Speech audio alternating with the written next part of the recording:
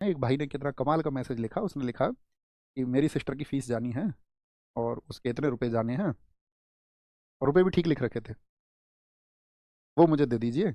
और कुछ नहीं, मतलब कोई स्कूल का जिक्र नहीं, कुछ नहीं कि कहाँ सिस्टर पढ़ती है, कि भैया आप देखना उधर कुछ फीस वगैरह कम करवा पाओ तो, रेफरेंस कुछ निकाल पाओ तो।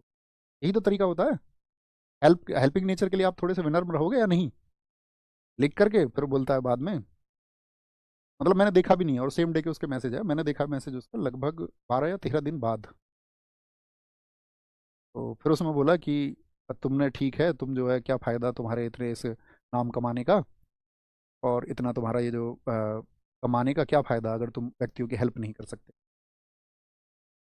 और ये जो है तुमसे मैं जो है भविष्य में देखना तुम्हारे परिवार की खुशियां छीन करके ये लूंगा मैं, और मैं एक दिन बहुत कामयाब हो जाऊंगा और एक दिन आरडब्ल्यूए के सम्मान समारोह में आऊंगा, और मैं आकर के वहां बताऊंगा सब लोगों को कि तुम कैसे हो, तुम लोगों की मदद नहीं करते हो। अब मैंने कहा भाई इन बातों को तो मैं बोल दूंगा, इसमें तो क्या दिक्कत है, तुम क्या बोलोगे कल?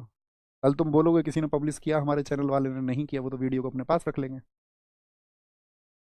आप सोचिए, मतलब कोई जब इस मैसेज को पढ़ेगा तो उसको क्या लगेगा कि हमने क्या वैल्यूज देनी चाहिए अपने स्टूडेंट्स को, लेकिन उसके बदले भी हम खुश कहाँ पर होते हैं पता है? उन सब शुभकामनाओं के लिए जो अच्छे माइंडसेट है, वो 99% अच्छे माइंडसेट है, कोई 1% में बाकी सब आ जाते हैं, 1% में।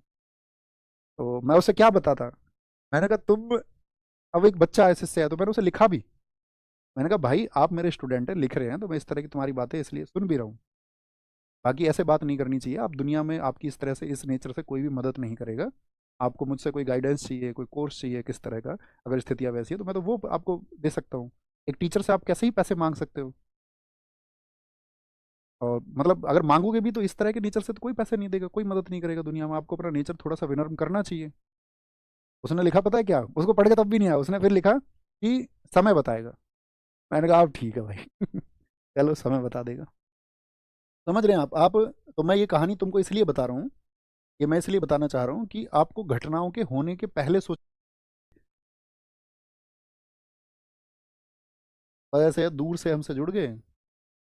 आप कम से कम मेरी भावनाओं को समझना, और मैं आपसे ये चाहूंगा आप कभी ऐसे ना करें। आपको जीवन में ज़रूरतें हो सकती हैं, हमारी पहली प्राथमिक ज़रूरतें हमारा परिवेश समाज इसीलिए बनाया गया कि हम अपने समाज के द्वारा उनको प्राप्त करें। संबंधों से हमारे को बहुत सारी चीज़ें आती हैं, लेकिन आप अपनी किसी गलत चीज़ के एक्शन के लिए किसी दूसरे व्यक्ति को जिम्मेदार मत ठहराना कभी भी।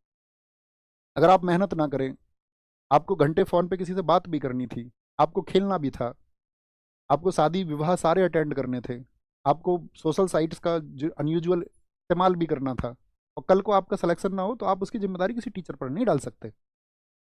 आप बताएं मैं सही कह रहा हूँ या गलत कह रहा हूँ? अब आपको अपना खुद को स्वीकार करना होगा कि ये फॉल्ट मुझसे हुआ है, और मैं जीवन में आगे ये नहीं करूंगा किसी और सेक्टर में।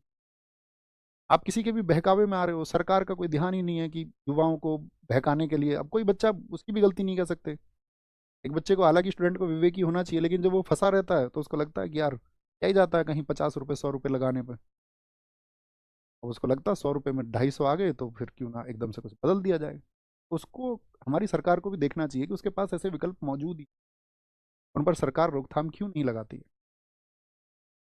कि बहुत सारे युवाओं को सुसाइड करना पड़ता है, या बहुत सारे युवाओं को, अगर मैं कहूँ कि बहुत हीन भावना का शिकार तो होना पड़ता ही है, कम ना हो।